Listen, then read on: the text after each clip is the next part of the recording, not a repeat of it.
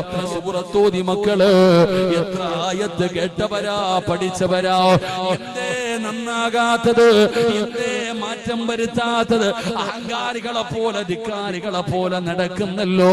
അല്ലാഹു ചെയ്തു തരുന്ന അനുഗ്രഹങ്ങൾ മുഴുവനും രണ്ട് കൈ നീട്ടി സ്വീകരിച്ചിട്ട് പടച്ചവനെ മറന്നുകൊണ്ട് നടക്കുന്ന മുസ്ലിമേ, എന്തേ നന്നാകാത്തത്? പ്രായമായില്ലേ ഉപ്പാ, മുടി നരച്ചില്ലേ ഉപ്പാ, രോഗമായില്ലേ ഉപ്പാ, എത്ര ജനാസ കണ്ട വാപ്പാ, എന്തേ നിനക്ക് നന്നാകാൻ പറ്റാത്തത്? എന്റെ ഉമ്മമാരോട്, എന്റെ സഹോദരിമാരോട്, ഉമ്മാ കൂടെ പഠിച്ചവര് കബറിലെത്തിയില്ലേ, തൊലിയൊക്കെ ചുളുങ്ങിയില്ലേ, ഒരുപാട് രോഗമായില്ലേ, പ്രായമായില്ലേ, ജീവിതത്തിൽ മാറ്റം വരുത്താൻ പറ്റുന്നില്ലെങ്കിൽ പേടിക്കണം പെങ്ങള്, ഭയപ്പെടണം പെങ്ങള്.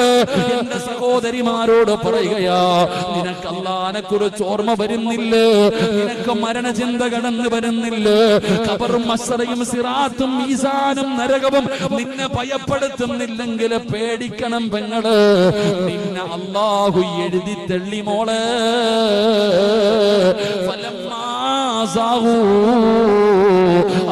അല്ലാഹു ഖുലൂബഹും വല്ലാഹു ലാ യഹ്ദിൽ ഖൗമൽ ഫാസിഖീൻ. ചെവി അല്ലാഹു അടച്ചു വെച്ചിരിക്കുകയാ, ഹൃദയം അല്ലാഹു സീൽ വെച്ചിരിക്കുകയാ.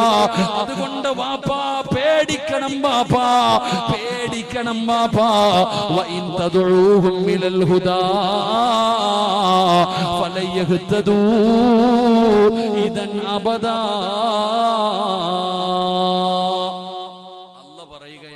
നമ്മുടെ കൂട്ടത്തിൽ ചിലരുണ്ട്, അവരുടെ ചെവി അല്ലാഹു അടച്ചു വെക്കും, അവരുടെ ഹൃദയം അല്ലാഹു സീല് വെക്കും.